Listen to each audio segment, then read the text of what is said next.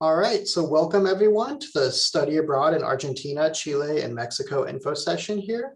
My name is Sam Lipiak, and I'm one of the regional advisors here in the UC Santa Barbara Education Abroad Program Office, and I advise for all of our programs in Spain and the Americas. So the focus of this meeting is to relay specific information regarding the different programs we offer in Mexico, Chile, and Argentina. I plan to cover different program-specific requirements and program-specific info. If you want to learn about general study abroad topics, such as how to choose a program, the application process, or housing and more, please attend one of our weekly Study Abroad 101 sessions, which are held every Friday at 2 p.m. And if you want to learn more about finances and scholarships, please attend one of our weekly costs and scholarships info sessions held every Friday at 3 p.m. Those topics won't be covered here in this presentation. So before we get started with the whole study abroad process, I want to like to let you know about the Capital Internship Program. The Capital Internship Program is now housed in the same physical space as EAP. So both programs are now located in South Hall 2431. This is another great off-campus opportunity that UCSB students should take advantage of prior to graduation. Students can intern either in Washington, D.C. or in Sacramento and receive units and utilize their financial aid the same way they do while on study abroad. This program allows you to obtain different professional experiences in a wide variety of fields that will set you apart from your fellow peers. And you don't have to choose between doing capital internships or study abroad. Many students have done both in the past. In fact, there is a program that I will talk about later that actually does combine these two programs. So if you're looking for want more information on the Capital Internship Program, visit the website listed here on the slide or reach out to the Capital Internship Program Advisor. And last thing before we get started is I just want to take a moment to discuss the current situation surrounding study abroad and the COVID-19 pandemic. At this time, a lot of our programs have been canceled for this current academic year, but we still have about 200 students currently abroad, and we have another group getting ready to go for winter and spring.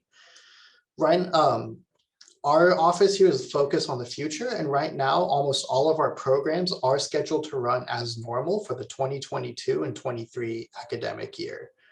We certainly hope that these programs will run as normal, but UCEAP can cancel them if they deem it's unsafe to send students abroad.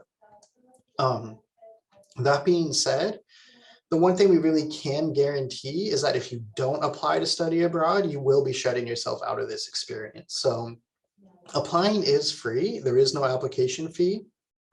And we highly recommend that you still apply, even with the potential that a program could be canceled just with the fluidity of COVID-19.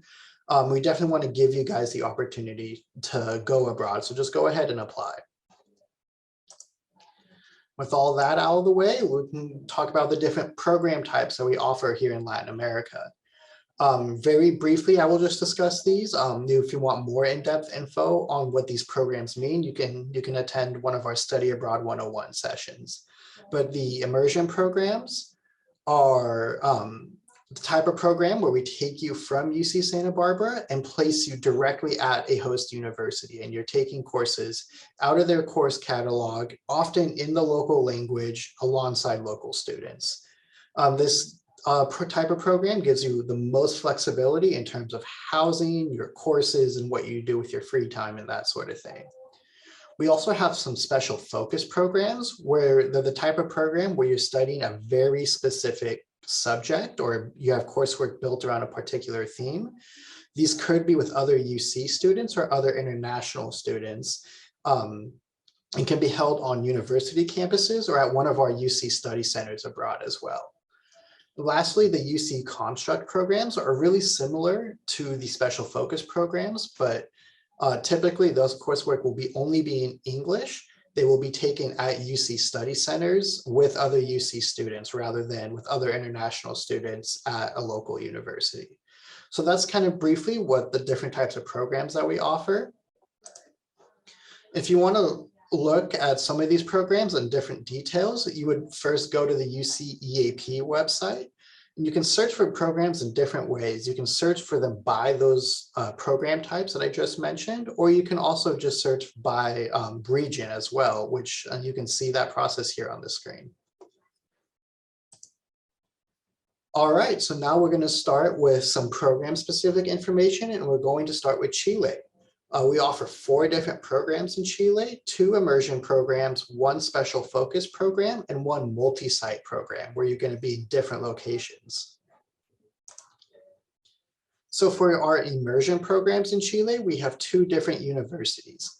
And if you've explored the Chile programs in the past, you may have seen a program that was titled Chilean Universities. That used to be 1 program with these 2 universities contained within it, but starting this application cycle, those universities have been broken up and they now each make their own separate programs. So the first program is going to be at the Pontifical Catholic University of Chile, known as La Católica or PUCI Chile. PUCI Chile is a private university in the capital of Santiago that is always ranked among Chile's top 2 or 3 universities. Like many Latin American universities, it's spread across 4 different campuses all over Santiago, each of them with convenient access to subway stops. La Católica is an open-minded institution with an active student body and doesn't require religion to attend. With a unified central admission, La Católica functions much like a US university with 16 different facultades, which roughly equate to a college or school here at one of our universities. Since this is an immersion program, all of your coursework will be taught in Spanish, and you'll have to have completed at least 2 years of Spanish or the equivalent of that before arriving in Chile. One other thing to keep in mind about our Chile programs is that since Chile is in the Southern Hemisphere, the year-long programs run from January to December rather than from August to May or June. So when you apply for a year-long program, you are applying for that Southern Hemisphere year. If you want to stay on the UC calendar and go for the UC year, you may have the option to apply just for fall term and later extend to the spring. So if you'd rather stay on the UC calendar, but still go abroad for the year, you can always reach out to me and I can talk to you more about what that extension process looks like. The second immersion program takes place at the University of Chile, also called La Chile. The University of Chile is a public university that is considered a top research institution. So the university has 5 campuses and many different interdisciplinary centers also spread throughout Santiago and the rest of Chile as well. The university has a student body that is very politically active and prides itself in being leaders in the community when it comes to social movements. Our students have experienced demonstrations and strikes at La Chile over the years and have been at the center of massive social movements, such as the large Chile protests that happened back in 2019. Same as with PUCI Chile, all of your coursework will be taught in Spanish and you will have to have completed the 2-year requirement of Spanish or the equivalent before arriving on the program. The only exception to this is for students interested in taking courses in business and economics. La Chile's Faculty of Business and Economics is now offering a lot of English coursework for their own students. So our own students here at UC Santa Barbara will now be able to attend this program with no Spanish background if they are a related major and want to take courses only in this faculty. So if you are one of those majors and you're really interested in that opportunity, you can talk to me during my drop-in hours and I can give you a lot more in-depth information about that specific part of the program. So before moving on to the next program, I just wanted to show you some quick photos that past students have taken while on these immersion programs. So these are all taken around Santiago. So now our next program is the special focus program we have in Chile, which is titled Socio-Ecological Sustainability in Southern Chile. This program is fairly new, and had it been able to run this year, it would have been only the 3rd time that this program has run. You start in Santiago for about the first week of the program, but most of the program is held in the town of Villarreal on the shore of Villarreal Lake, which is in southern Chile. It's not your typical study abroad program, as this one is more focused on allowing students to get hands-on experience and with the topics they're studying and involves a lot of field work and a lot of rigorous hiking and physical activity. In addition to taking courses on ecological conservation and environmental planning, you'll learn field methods to support a group research project that you'll present at the end of the program. Project topics in the past have included riparian ecology, forest ecosystems, local organizations, women in home gardens, and environmental education projects. This program is not restricted to certain majors, but I think it's an ideal program for environmental studies majors, sociology and global studies majors, but we've also sent earth science and anthropology majors in the past. So it's really for anyone who's really interested in this subject. All coursework on this program is taught in English, so you don't need that language prerequisite like you do with the immersion programs. You will take a Spanish class during the beginning of the program in Santiago, just to give yourself a little bit of survival Spanish that you can use during your spare time outside of your coursework. So again, here's just some more photos from our returnee Rachel, who did this program. As you can see, southern Chile, unlike Santiago, is a lot more rural. You can see there's the snow mountains in the back and lush green fields. It's a lot more centered around nature. Here's just some more photos. You can see students out looking over Lake Villarreal, and it's just a beautiful, beautiful place. And it's a really great place to be studying ecological sustainability. So the last program that we offer in Chile is actually the multi-site program that takes place in both Buenos Aires in Argentina and Santiago in Chile for 6 weeks at each place. It is a special focus program that examines human rights and cultural memory and as they relate to the recent dictatorships that both countries experienced from the 70s all the way up until the 90s. Students will attend classes just with UC students, first at the Torcuato Di Tella University in Buenos Aires, and then at the Universidad Alberto Hurtado in Santiago. So the topics here are very, very serious, and a lot of the people who live in Argentina and in Chile, a lot of these human rights issues are experiences that they all went through. So it really takes, a certain level of maturity to go on this program. So you need to understand if this is a program you're interested in, to be ready to talk about some, really horrific and challenging topics. That being said, I think it's a great program. It's a great subject that you are studying. But because of the uniqueness of this program, it has gotten increasingly popular over the years. And unfortunately now there is a capacity constraint and I can only send a certain number of students.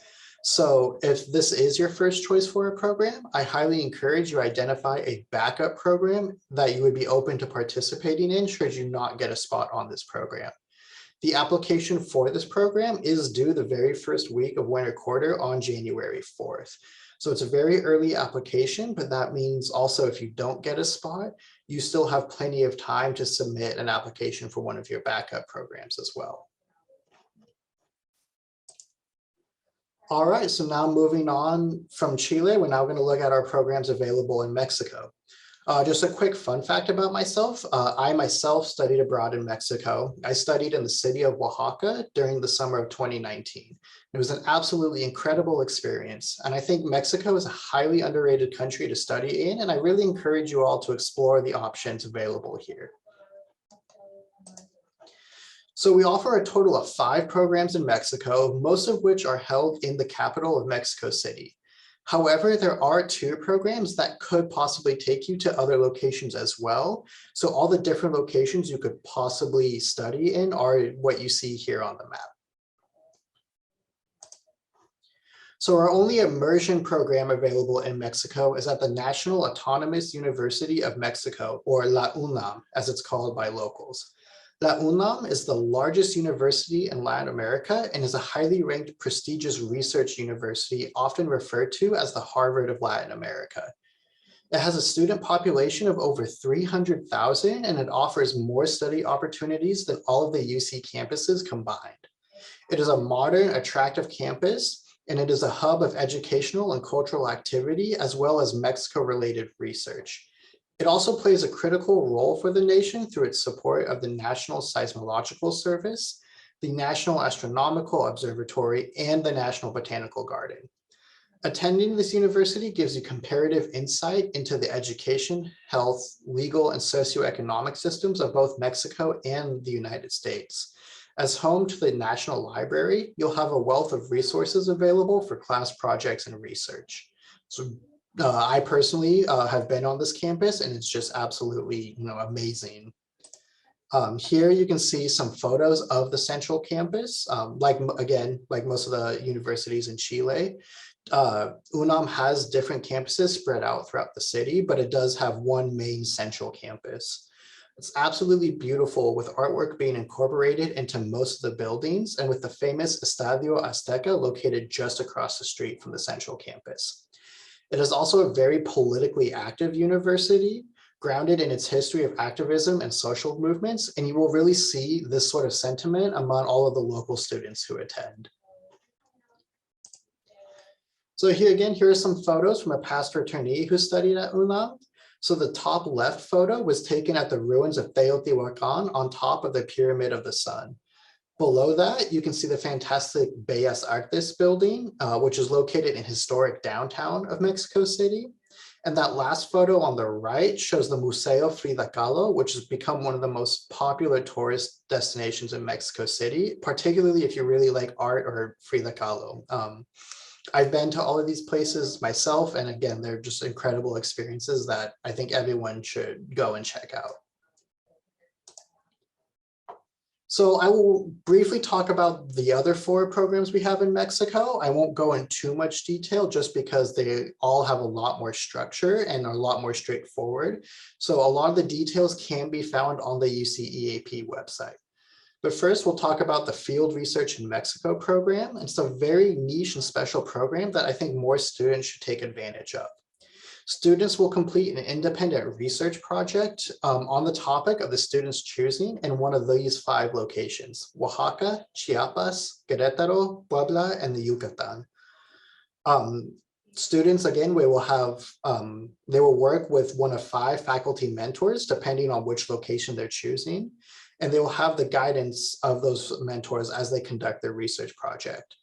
Students have completed research in a variety of topics in all disciplines, so it is really available to any students in any major, and is really great if you're looking to either do research in the private sector, or if you're looking for grad school, or just want to do research for your senior thesis. Just like UNAM and most of our Chile immersion programs, you do have to have completed the 2 years of Spanish by the time you go on this program. So if you already know Spanish, or you really want to work with an advanced level of Spanish, this is a great program to be able to do that with and conduct research. The Leadership in Social Justice and Public Policy program is also a great option. This is what I mentioned earlier in the programs that combines EAP and the Capital Internships program. So students will attend UNAM in the fall, just like the regular UNAM program, but then rather than coming back to UCSB in the winter, they will then go to Sacramento and participate in the UC SAC program for winter quarter. You will intern for academic credit, and they will match you with an internship based on your own preferences. So I think it's a really great program, and if you have more questions about the details of that, you can always reach out to me and the Capital Internship Program Advisor as well. The Global Health in Mexico program takes place in Puerto Escondido, which is a small coastal town in southern Mexico and Oaxaca, one of the best surf spots in the world.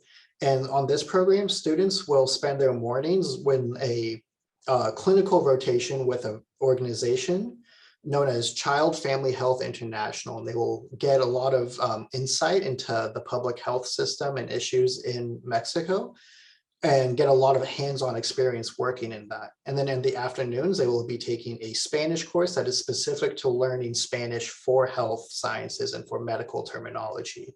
Again, for all of these programs, you do have to have that 2 years of Spanish done before you can attend, but I think you should go ahead and try to get that prerequisite in, because all of these programs just offer really great experiences. This last program, Contemporary Mexico, is the only program that doesn't have a language prerequisite. It takes place in Mexico City during the summer, and students take courses at our UC Study Center there. And it's just really great for people who are really interested in Mexican politics and society and culture, but maybe don't have that Spanish language ability, or they just don't really know, where to start when it comes to studying.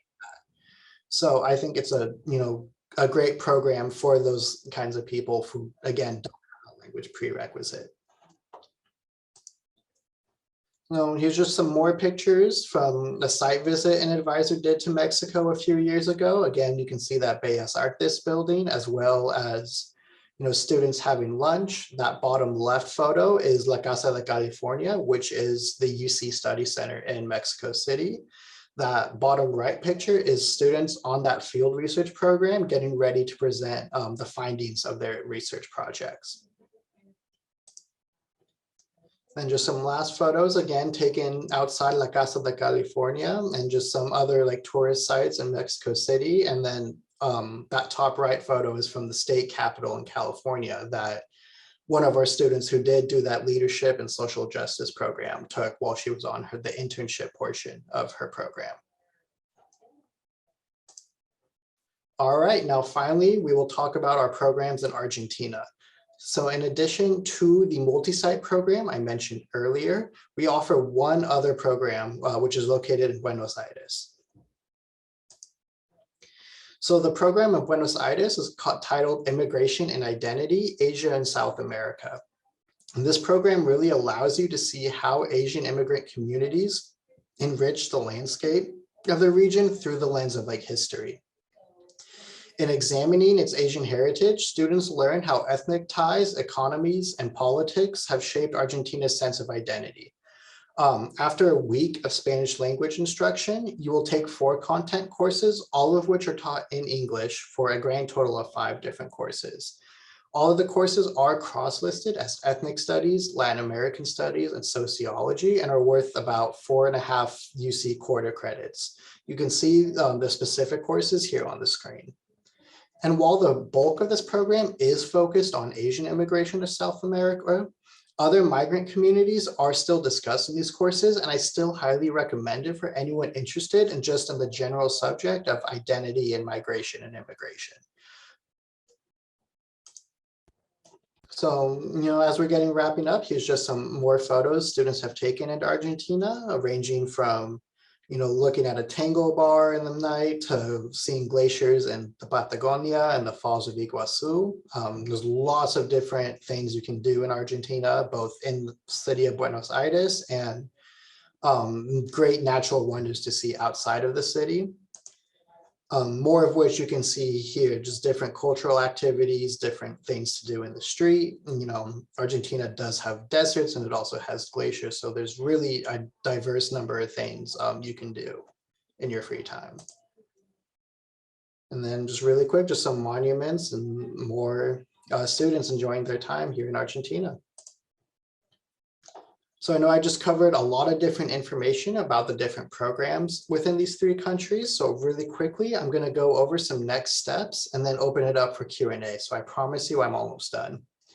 So the first thing you should do is decide when you want to go abroad, since all of these programs are offered for different terms. You want to think about that and even attend some more info sessions this quarter if you're still looking for more information regarding EAP, or if you're still deciding on, between some programs that you would want to apply to. Many of our meetings for this quarter have already happened. So if you check our calendar and realize you missed one that you really wish you had attended, please check out our YouTube channel, because all of these meetings are recorded and they will be posted there later for you to refer back to. We will still be having more country info meetings this week and next week, and more topical meetings as well. You can always visit our blog and our YouTube channel to hear about student experiences in these countries directly from them. We also have a whole team of peer advisors and staff available in our office to help you with anything you need regarding EAP. So you can find our calendar of events, our PA and open hour information, and different advisor drop-in information on our UCSB EAP website. If you do need to apply for a passport or renew one, please do so as soon as possible. Many programs will require you to have one in early January or February, so it's important to get your passport soon. Passports must also be valid for at least 6 months after your program ends. So double check any of your expiration dates and make sure your passport will be valid for your intended program. Until recently, the timeline for passports was as long as 16 weeks. Luckily, recently, the State Department has updated their timeline and everything seems to be going faster and it shouldn't take longer than 11 weeks. But you still don't want to wait to the last minute to apply for your passport because the timeline could just as easily extend back to 16 weeks. So don't delay. If you need to get a passport, apply for one now. Again, some more next steps, apply for that passport, do some more research on the programs that I just mentioned, do some more research on the countries and find a program that is a good fit for you. You can always look at the different courses and the course catalogs available for these programs. If you do plan to study abroad for next summer, fall, or year, for Northern Hemisphere year, you will have to apply this winter quarter. All of our deadlines are typically in the January, February range. If you want to look for deadlines for your specific program, they are listed on our website under the Apply tab. If you're interested in going in the spring or doing a Southern Hemisphere year, those applications are all due in early May. So if you have any other questions, please email me. My email is here on the screen, or you can also sign up for an appointment during my drop-in hours, which you see here on the screen. If you happen to not be able to make it during any of my drop-in hours, you can always email me and we can schedule something outside of my normal drop-in hours. So those are some final words of advice. Look into all of the possibilities you have with UCEAP and take a chance and apply. I know things might seem very daunting right now with the uncertainty, what will happen, particularly with the pandemic over the next few months, but you have nothing to lose by giving it a try. Studying abroad is a wonderful experience that you really don't want to shut yourself out of. So thank you all for attending this session. I will go ahead, stop recording, and open this up for Q&A.